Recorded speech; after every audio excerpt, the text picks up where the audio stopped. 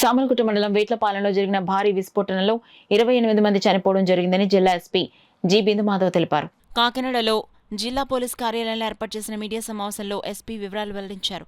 వ్యాపారి అత్యాశతోనే భారీ పేలుడు జరిగిందని తెలిపారు. సూర్యశ్రీ ఫైర్ వర్క్స్ అధినేత అడబాల శ్రీనివాస్ వేట్లపాలెంలో వివిధ తయారీ యూనిట్లలో పనిచేసిన అనుభవంతో అర్జున్ పేరుతో 2022లో బాణసంచా తయారీ కోసం LE1 లైసెన్స్ పొందడం జరిగిందన్నారు. 2024లో లైసెన్స్ తిరిగి రెన్యువల్ చేయడం జరిగిందన్నారు.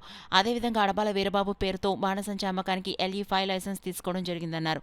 2027తో ఈ లైసెన్స్ గడువు ముగుస్తుందని తెలిపారు. ఉమ్మడి తూర్పుగోదావరి జిల్లాలో ఉత్సవాలు, తీర్థాలు, పండుగల్లో బాణసంచా పోటాపోటీగా కాలుస్తుంటారని, ముందు మందుగుండు బాగా కాలితే తయారు చేసిన వారికి బహుమతులు ఇస్తుంటారని, ఆ పేరిట చుట్టుపక్కల గ్రామాల నుంచి ఆర్డర్లు అధికంగా రావడం జరిగిందన్నారు.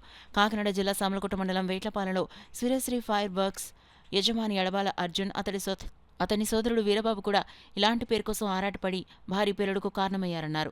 ఈ మీడియా సమావేశంలో SB DSP KVV Satyanarayana, Samarlakota CI Bhagavan తదితరులు పాల్గొన్నారు. సో ఈ కేసులో ఇప్పటిదాకా వచ్చిన ప్రాథమిక సమాచారం ప్రకారం వీళ్ళకి వ్యాలిడ్ లైసెన్స్ ఉంది.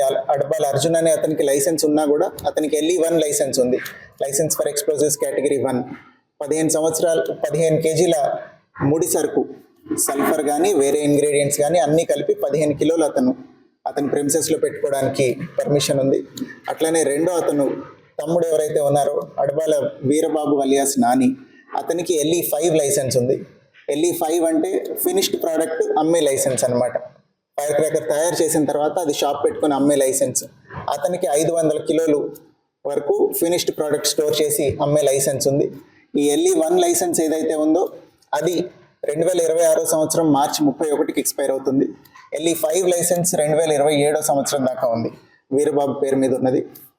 వీళ్ళు ఇప్పుడు ఈ లైసెన్స్ ఎండ్ అయిపోతుందని ఎక్కువ రా మెటీరియల్ తెచ్చుకొని, అతని తమ్ముడికే LE5 లైసెన్స్ ఉంది కాబట్టి ఫినిష్డ్ ప్రోడక్ట్ అక్కడ పెట్టేసుకుంటే తర్వాత అమ్మి ఎక్కువ మొత్తంలో డబ్బు సంపాదించవచ్చని, దాంతోపాటుగా జగ్గంపేట మండలం మల్లిసాలలో సింగారమ్మ తల్లి జాతర ఒకటి 3వ తారీఖున జరగాల్సింది.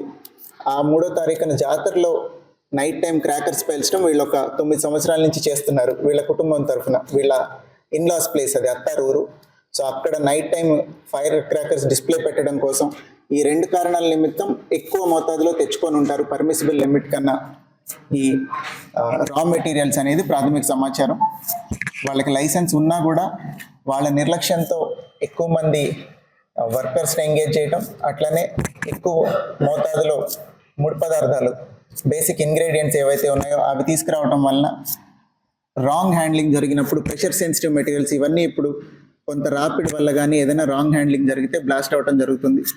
ఒక చోట బ్లాస్ట్ కనుక జరిగితే ఇట్లాంటి చోట్ల RFSL ఫస్ట్ విజిట్లో కూడా చెప్పింది, ఆ షాక్ వేవ్ వల్ల ఇంకా విడిగా ఉన్న పేలుడు పదార్థాలు ఏమున్నాయో అవన్నీ కూడా డెటనేట్ అవటం జరుగుతుంది, బ్లాస్ట్ అవుతాయి. సో అట్లా జరిగి ఉంటుందని ప్రాథమిక సమాచారం. వీళ్ళిద్దరిని అరెస్ట్ చేసి రిమాండ్ పెట్టిన తర్వాత పోలీస్ కస్టడీకి కూడా తీసుకోవడం జరుగుతుంది.